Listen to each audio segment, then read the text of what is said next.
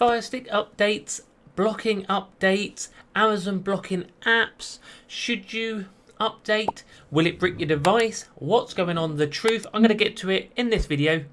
But before that, before we get started, do remember to hit that subscribe button to the channel. We will keep you up to date, everything Firestick related and everything streaming related as always. And if you're a regular watcher, do remember to hit share for us. So I wanted to get this video out yesterday, but I've been feeling under the weather. I'm still not great today.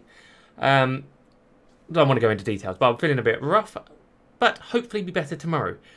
But going into it, we released a video Friday about do not block your Amazon updates, and it's been taken a little bit out of context. I maybe delivered it in the wrong process as well, so I'm going to try and go into it, what we're going on about, explain a little bit about it, plus a bit more detail about Amazon updates. So, we don't do that one. The video went live. Do not block Amazon updates and the comment section. My God, the comment section. Within the comment section, I've been accused of working for Amazon now. Yes, they paid me £1 million to make that video. I've been accused of being taken to court by Amazon. No reason there. I'm a dictator. I'm telling people what to do. I'm talking nonsense. All in there, guys. As always, we take it. Doesn't matter. So, what we were getting at yesterday. Okay. I am not directly telling you not to do what the hell you want with your Firestick. Do whatever you want with your Firestick. I do not mind what you do with your Firestick. Okay? I do not mind. I will give advice on what I do with my Firestick, and I will give advice on what I think is best for a Firestick. Okay? That's what the channel's about. But I do, it's not my choice. If you want to have a Firestick launcher, fine. You can still install launchers. If you want to block updates, that is your choice. What we directly tried to do on the last video was to say certain reasons why it's not good to block updates, okay? One of the reasons being, we stated, was terms and conditions within Amazon about their software and updates, okay? This isn't regarding your Fire Stick, okay? That Fire Stick device you buy. You buy the electronics, you buy the tech, but if you tamper with the software, they have certain part in their terms and conditions which you agree with when you buy it, which gives them the right to deactivate the software on your device. I'm not saying they're going to do it to all these people who do it.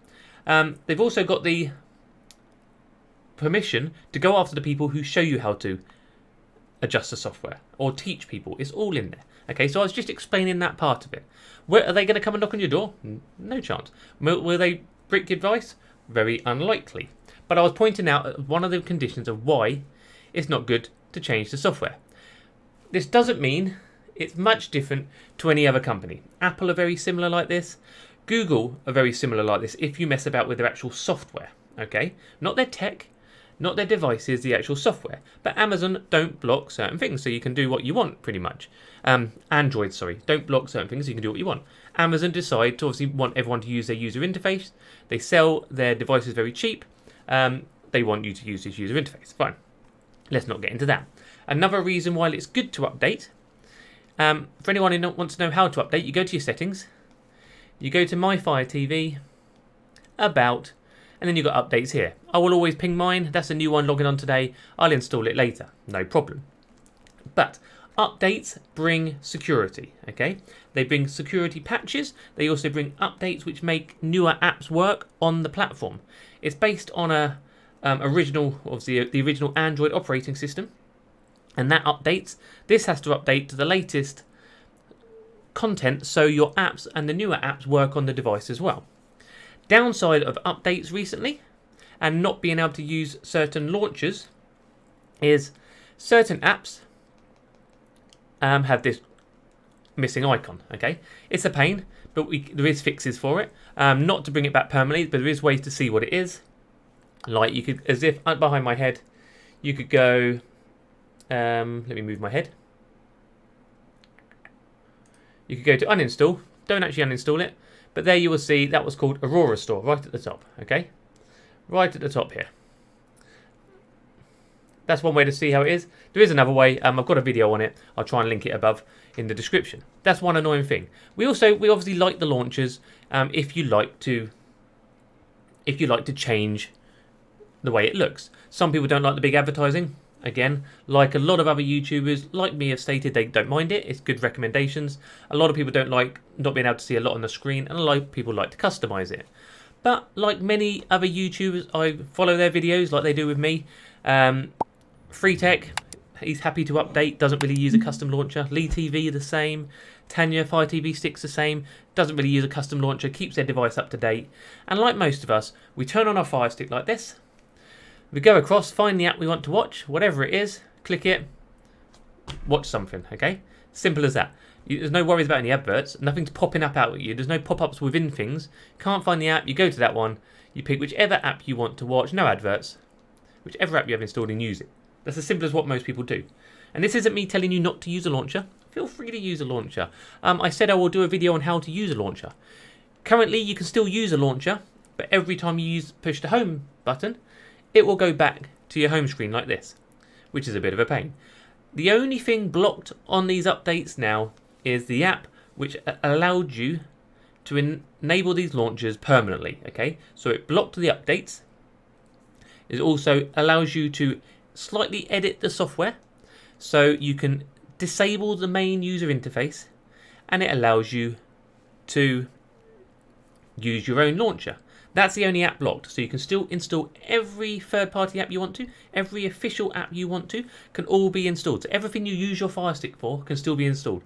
The only thing you can't currently use permanently without every time you restart it or every time you exit an app going back to the Fire Stick interface is the launcher. But Tech Doctor UK has a fix if you want to block the updates, and if you want to use launchers, check out Tech Doctor UK's channel. He will have that for you. That's his genre. He knows what he's talking about over there. That's more for him when it comes to blocking things, everything like that. Great channel. But for anybody else, there's nothing to worry about. Your streaming apps aren't going to be blocked. They're never going to block your streaming apps, okay? It's just not in their mindset to do it. It makes zero sense. They're not going to block much else. Yes, we've got adverts. It's annoying. But again, you go across, you find what you want. Simple as, okay? I just wanted to clear a few things up. I'm not telling you what to do. Again, do whichever one you want to. Do not mind. Do not mind. My opinion is I stick with the standard launcher. Really easy to use. Really simple. It's not too... Well, I think it's quite easy. I know it's got adverts, but it's fairly slick and quick. Especially on the 4K Max. I keep my device updated. I find the app I want to use. Simple as that, and it works. Okay? Simple as that. Before we leave though, guys, if anyone wants a free VPN, Award VPN is now in the Amazon store. Straight here, it works for free. You get a 6-hour pin when you want to connect.